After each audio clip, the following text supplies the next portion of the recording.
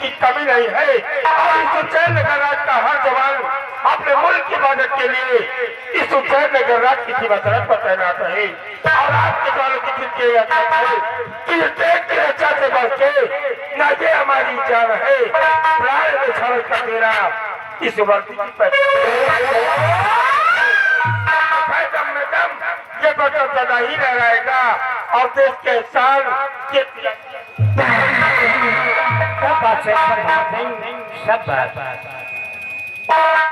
महाराज की द्वारपाल क्या खबर नहीं कराए महाराज राजमाता राजमहलों चलकर भरे रात दरबार आना चाहती है।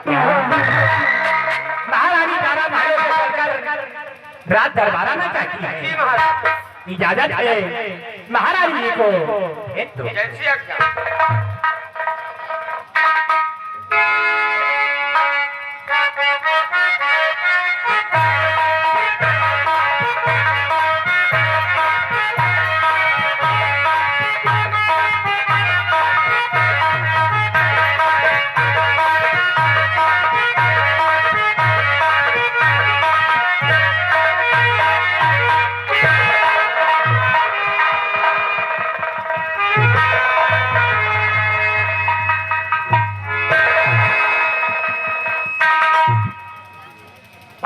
महारानी तारा क्या बात है महलों से चलकर अचानक रात दरबार आई हो क्या बात है स्वामी जी मैं आपसे कुछ कहने के लिए आई हूँ।